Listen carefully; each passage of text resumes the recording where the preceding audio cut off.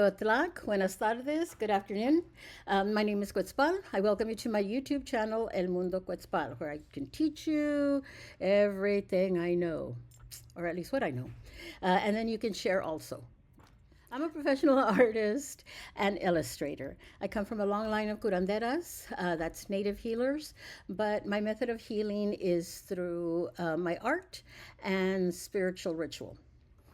So we're in the full moon kind of time, right? It'll be the moon will be full on July 10th at 4:37 p.m. All right, so that's when you do the ritual. But the the moon is either waxing or waning, so that means that 3 days before and 3 days after, it's still in that area. The only thing it means is that at that time is the only time it's completely full.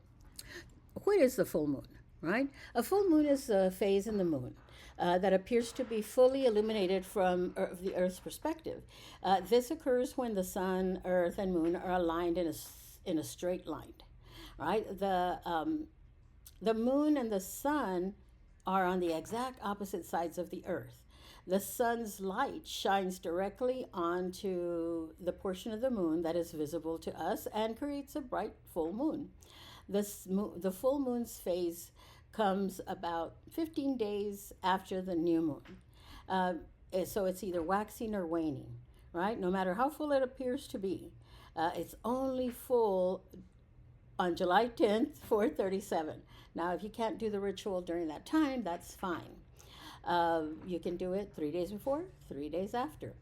So, spiritually, the Metsli Llena can be beneficial for releasing hostilities we may hold towards others. A good analogy is when somebody is holding hostilities and expecting it to affect the other person. It's like drinking poison and expecting the other person to die, right? You're the only one that's going to die, and they're going to go on with their lives. So it's good that we release them, right? So that they're not affecting us, because they do affect us. We want to release all that does not serve you any longer and practice forgiveness. I know that sounds new agey, but we've been doing it as a gente for a long time. What this video is about is moon water, right? Have you ever heard of that before? Moon water? You make it with the full moon. You know, like sun tea? Okay, this is moon water. You use a clean glass jar. You fill it with distilled or spring water. You set it out under the full moon. Now, you're going to fill it with whatever water you have. Like we have a purifier on our faucets, so that's what I use. I don't use distilled or spring. Also, if you have one of those pitchers, you just want the water to be as clean as possible. But don't use bottled water. It's horrible, and it's usually not clean. All right. Set outside under the full moon. Feel free to write down a special intention for the coming moon cycle, right? What do you want to get rid of or to shed in the coming moon cycle? You're going to take it, fold it up, and place it under your jar, and let the moon charge your water overnight. Be sure to bring your moon water inside before the sun rises. Anyway, that's what they say. I don't think I've ever gotten up before the sun rises to get it. Now, I have had it done before because either my partner or somebody else are early risers and they go get the moon water. But yeah, I don't think I've ever done it. But I still use it. So use your moon water you can water your plants and they'll grow awesomely. You can use it in your bath, right? Like instead of holy water. You can make tea to drink and cleanse your body. You can do a lot of things. Whatever you can do spiritually with that water is amazing. Anything you can do with holy water, you can do with moon water.